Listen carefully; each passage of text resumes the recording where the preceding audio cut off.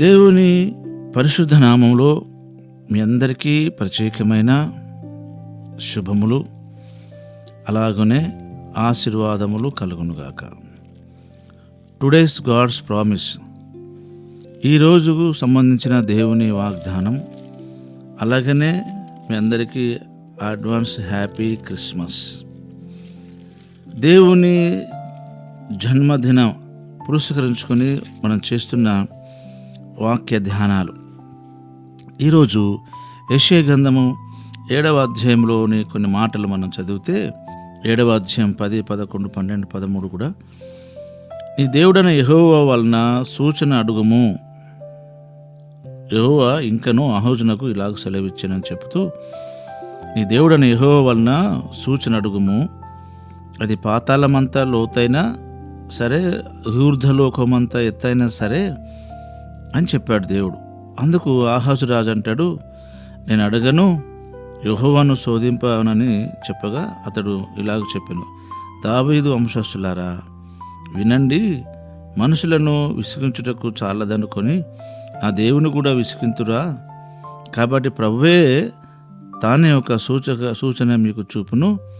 ఆలకించుడి, కన్యక గర్భవతి కుమారుని కని అతనికి ఇమ్మానుయేలను పేరు పెట్టును అని రాయబడ్డది. మీరు 7వ అధ్యాయం 1 నుంచి 9 వాక్యాలు చదివితే తప్ప ఈ 10, 11, 12 వాక్య భాగాలు అర్థం కావు.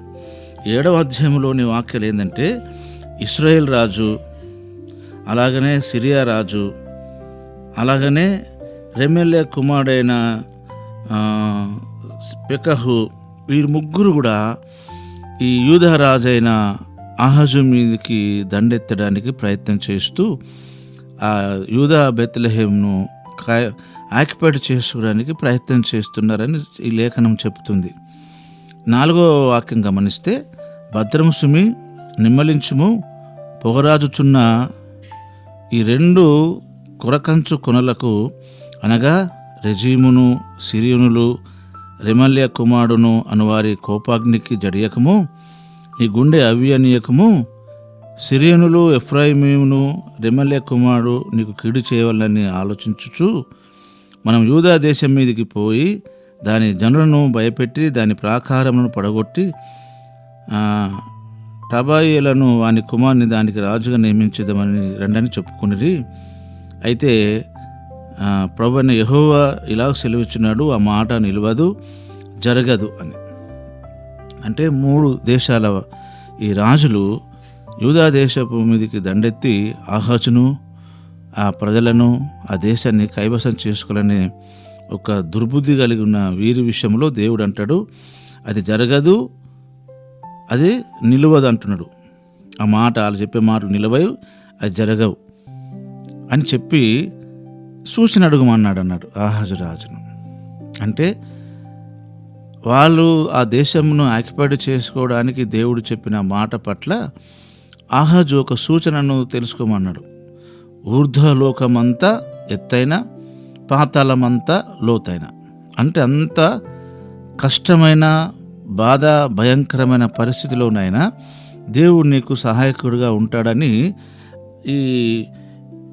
ఈ అధ్యాయంలో ఈ మాట 14వ వాక్యంలో చెప్తున్న మాట. ఆలకించుడి, కన్యక గర్భవతి కుమారుని కని అతనికి ఇమ్మానుయేలను పేరు పెట్టును. ఇమ్మానుయేలు అనే పేరుకి అర్థము మనకు దేవుడు తోడై ఉన్నాడు అర్థం. అంటే ఆహాజు మీదకి దండెత్తడానికి వచ్చిన ఆ రాజుల విషయంలో నువ్వు భయపడొద్దు, బాధపడొద్దు. ఎందుకంటే కన్యక గర్భవతి కుమారుని కనును అతనికి ఇమ్మానుయేలను పేరు పెట్టును అని రాయబడ్డ. అంటే దేవుడు మనకు తోడని అర్థం. మన లాంగ్వేజ్లో మనకు అర్థమయ్యే భాషలో మాట్లాడుకోవాలంటే, మీరు ఎలాంటి పరిస్థితుల్లో ఉన్నా, మీపై ఎంత కుట్ర జరిగినా, మీ మీద ఎంతమంది దాడి చేయాలని ప్లాన్ చేసినా, మీకు నష్టం కలిగించాలనుకున్నా, దేవుడు ఒక ప్రామిస్ చేస్తున్నాడు, కన్యక గర్భవతి కుమారుని కనును అని, అతనికి ఇమ్మానుయేలు అని పేరు పెట్టును అని రాయబడ్డ. అంటే ఆ పరిస్థితిలో నుంచి ఆయన మాత్రమే నిన్ను కాపాడువాడు, నీకు సహాయం చేయడం అని అర్థం. ఈ సంఘటన జరిగి చాలా సంవత్సరాలైంది కదా. మరి ఇప్పుడు ఏంటంటే, యేసు ప్రభు రావడానికి గల కారణం ఏమిటో మనం గమనించాలి ఈ వాక్య భాగం ద్వారా. ఆ 3 రాజులు ఆహాజును ఎలాగ టార్చర్ చేయాలని ప్రయత్నం చేశారు, మీ జీవితంలో ఎలాంటి టార్చర్ అయినా, ఎలాంటి నష్టం జరిగించడానికైనా ప్రయత్నం చేసిన మనుషుల విషయంలో మీరు ధైర్యంగా ఉండండి, దేవుడు మీకు తోడుగా ఉన్నాడు అని అంటున్నాడు. ఈ క్రిస్మస్ సీజన్, క్రిస్మస్ సందర్భంలో మీరు ధైర్యంగా ఉండి, యేసు ప్రభు రావడానికి గల కారణము నీకు తోడుగా ఉండడానికి, నేను ధైర్యపరచడానికి, నిన్ను నాశనం చేయాలని, నీ కుటుంబాన్ని నాశనం చేయాలని, నిన్ను నామమాత్రం కూడా లేకుండా చేయాలని చూస్తున్న వారికి దేవుడే కార్యం జరిగిస్తాడని చెప్పడానికే దేవుడి లోకానికి వచ్చాడనే విషయం అన్నట్టు ఈ సందర్భం. కనుక ఆహాజుకు సహాయం చేసిన దేవుడు నీకును సహాయం చేసి నిన్ను ఆశీర్వదించునుగాక. పరిశుద్ధుడు అయిన తండ్రి, ప్రేమగల దేవా, నీకు వందనాలు. మమ్మల్ని ప్రేమించి మాకు ఇచ్చిన వాగ్దానం కొరకై, ఈ క్రిస్మస్ కొరకై నేను స్తుతిస్తూ యేసు నామములోనే ప్రార్థిస్తున్నాం తండ్రి. ఆమెన్.